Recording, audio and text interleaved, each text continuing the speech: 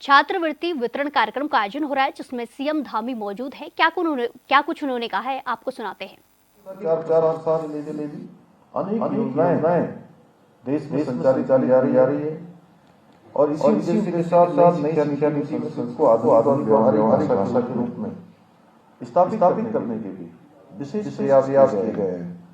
आज इस पाठ्यक्रम में प्रयास भाषा को आज इस पाठ्यक्रम में देने के साथ ही संस्कृत विश्वविद्यालय को देने के साथ आधुनिक संसाधनों से विश्वविद्यालय को युक्त बनाया जा रहा है, उद्दीत किया जा रहा है। हर प्रकार से नवाचार किया जा रहा है। साइंस टेक्नोलॉजी के साथ साथ आगे बढ़ाने का प्रयास किया जा रहा है। एक और जहाँ संस्कृत साहित्य को ऑनलाइन फॉर्म कराया गया है, वहीं ई शिक्षण प्लेटफॉर्म संस्कृत ऐप्स विकसित करने पर भी विशेष बल दिया जा रहा है। इसके अतिरिक्त विभिन्न राज्यों में संस्कृत ग्राम भी स्थापित किए जा रहे हैं, जहाँ लोग अपने दैनिक जीवन में संस्कृत का उपयोग कर रहे हैं। कर्नाटक के मटमूर गांव का उदाहरण हमारे सामने है, जहाँ आज संपूर्ण जनजीवन संस्कृत भाषा में चलता है। इतना ही नहीं, हाल में केंद्र सरकार ने महत्वपूर्ण पहल के तहत लोकसभा की कार्यवाही का अनुवाद के माध्यम से संस्कृत भाषा में किए जाने की शुरुआत की है। मुझे विश्वास है के माध्यम से संस्कृत भाषा के ज्ञान का साथ हो सकेगा। भाइयों बहनों, देवभूमि उत्तराखंड सदियों से संस्कृत अध्ययन और शोध का केंद्र रहा है। ऋषि मुनियों की तपस्वी रही, अध्यात्म और योग का केंद्र बिंदु भी यही भूमि रही है। आदि शंकराचार्य से लेकर अनेक ऋषि मुनियों ने इस भूमि में तपस्या की और संस्कृत ग्रंथों की रचना की है। आज जब हम आधुनिकता की ओर तेजी से मॉडर्नाइजेशन हो रहा है, ऐसे में हमारी सरकार का प्रयास है संस्कृत की पवित्र ज्योति की उत्तराखंड में इसको प्रज्वलित किया जाए। हर दिशा में हमारी संस्कृत भाषा आगे बढ़े, यह हम सभी के लिए गौरव का विषय है। उत्तराखंड में संस्कृत को द्वितीय राजभाषा का दर्जा भी प्रदान किया गया है। हमारी सरकार विद्यालयों में संस्कृत शिक्षा के प्रचार प्रसार के लिए संकल्पित होकर कार्य कर रही है। इस क्रम में हमने पहली बार गार्गी संस्कृत बालिका छात्रवृत्ति योजना की शुरुआत की गई है, जिसके माध्यम से संस्कृत विद्यालयों में पढ़ने वाले सभी वर्गों के छात्राओं को प्रतिमाह वर्ष में 3012 रुपये प्रतिवर्ष की छात्रवृत्ति भी इसमें प्रदान की जा रही है।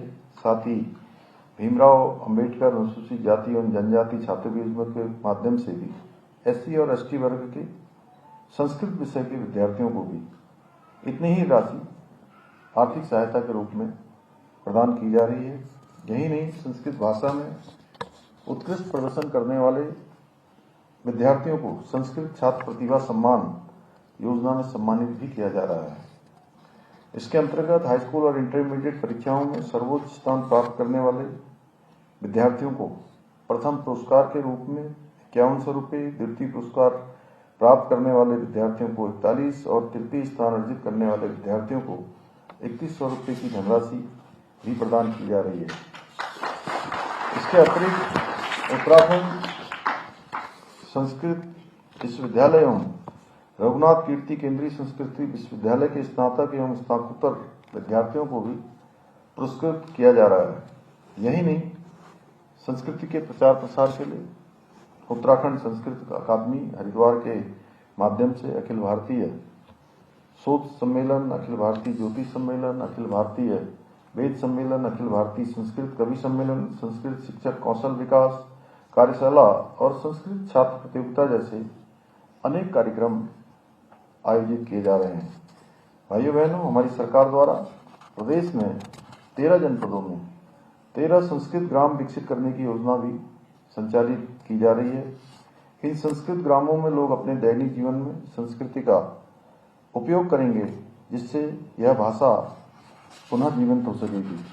हम संस्कृत विद्यार्थियों की सरकारी सहायता, शोध कार्यों में सहयोग एवं रोजगार के अवसर सुनिश्चित कर नई पीढ़ी में लोकप्रिय बनाने का भी प्रयास कर रहे हैं।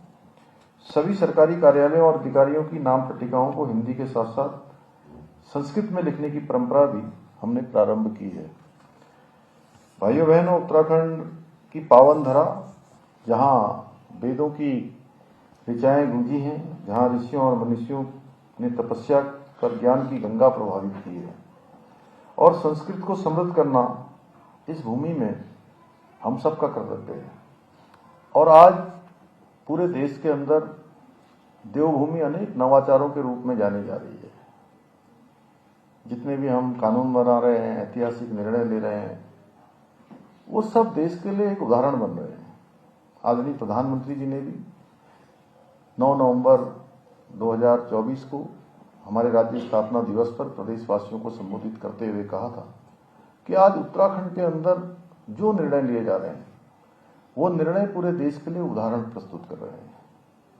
हमने यहाँ नकल का कानून बनाया और उसका परिणाम हुआ कि वो हमारे विद्यार्थियों में, छात्रों में, छात्राओं में, नौजवान युवाओं में और उनके माता पिता में एक आत्मविश्वास पैदा हुआ कि अब योग्यता, प्रतिभा, क्षमता के साथ अन्याय नहीं होगा, उनके साथ न्याय होगा। और उनके आत्मबल में वृद्धि हुई, आत्मविश्वास बढ़ा। उसका परिणाम हुआ कि हम पिछले 3 सालों में 20,000 से भी ज्यादा नौकरियां हमारे नौजवान युवाओं को देने में हमने सफलता प्राप्त की। हम देश की आजादी के बाद से जो हमारे देश का एक संकल्प था, हमारी विचारधारा का संकल्प था, वैचारिक संकल्प था कि देश के अंदर रहने वाले सभी प्रकार के लोगों के लिए एक समान कानून होना चाहिए। इसकी शुरुआत भी देवभूमि उत्तराखंड से हुई। ये गंगा भी देवभूमि उत्तराखंड से निकली है। आज देश के अंदर सतत विकास के लक्ष्यों को प्राप्त करने में नीति आयोग भारत सरकार की जो इंडेक्स है, उस इंडेक्स में भी हमारा राज्य उत्तराखंड पूरे देश में पहले स्थान पर, पहले पायदान पर है। हम बेरोजगारी कम करने में भी हमने 1 वर्ष में 4.4% की कमी लाकर राष्ट्रीय औसत को हमने पीछे छोड़ा है। आज हम अनेक क्षेत्रों में तेजी से आगे बढ़ रहे हैं, चाहे निवेश का मामला हो, चाहे वो स्टार्टअप के क्षेत्र में हो, चाहे ईज ऑफ डूइंग के क्षेत्र में हो, महिलाओं को तेजी से कौशल के साथ आगे बढ़ने का मामला हो, हर क्षेत्र में विषय हो। आज हम कहीं न कहीं देश में और दुनिया में हमारा स्थान बन रहा है। पूरी दुनिया के अंदर रहने वाले जो प्रवासी उत्तराखंडी हैं, वह भी गौरवान्वित हो रहे हैं कि हमारे पूर्वजों का राज्य आज तेजी से आगे बढ़ रहा है, तेजी से हमारी पहचान बन रही है। हम उनको भी बुला रहे हैं राज्य के अंदर, उनको भी अनेक कार्यक्रमों में सम्मिलित कर रहे हैं राज्य के विकास में, चाहे वो देश के अंदर हो, चाहे दुनिया के अंदर रहने वाले हो। उन सभी को हम राज्य के विकास में पूरी तरह से सम्मिलित कर रहे हैं, उनके सुझाव ले रहे हैं, उनके विचार ले रहे हैं, उनसे हम संवाद कर रहे हैं। तो इसी प्रकार से हमारा राज्य संस्कृत के मामले में भी, इस विषय में भी हम देश के एक मॉडल के रूप में जाने जाएं, एक मॉडल के रूप में बने। और हम सब उसमें अगर आगे बढ़ेंगे, हम सब अगर प्रयास करेंगे, तो निश्चित रूप से जल्दी हम हर क्षेत्र में मॉडल बन रहे हैं। तो सचिव साहब, क्यों ना हम इस क्षेत्र में भी मॉडल के रूप में आगे आए। और वैसे भी प्रधानमंत्री आदरणीय मोदी जी के कालखंड में देश के अंदर नवाचार भी हो रहा है। देश के अंदर जो हमारी सनातन की जो प्रवृत्ति है, सनातन है, वो पूरी तरह से आज उसका पुनरुत्थान भी हो रहा है। हमारे चाहे वो धार्मिक स्थान हो, चाहे हमारे मंदिर हो, देवालय हो, शिवालय हो, ऐसे सभी स्थानों का नवनिर्माण, पुनर्निर्माण इस काल में हो रहा है। और सच में मैं कहूं तो ये स्वर्णिम काल है। ये देश का भी स्वर्णिम काल है और हम सब देशवासी हैं तो हम सबका भी स्वर्णिम काल है। तो मुझे पूरा विश्वास है कि हम सभी के समग्र प्रयासों के माध्यम से एक दिन संस्कृत सिर्फ केवल पूजा पाठ तक ही सीमित नहीं रहेगी, बल्कि आम बोलचाल की माध्यम बनेगी। इसी विश्वास के साथ आप सभी को पुनः एक बार शुभकामनाएं देते हुए मैं अपनी बात समाप्त करता हूँ।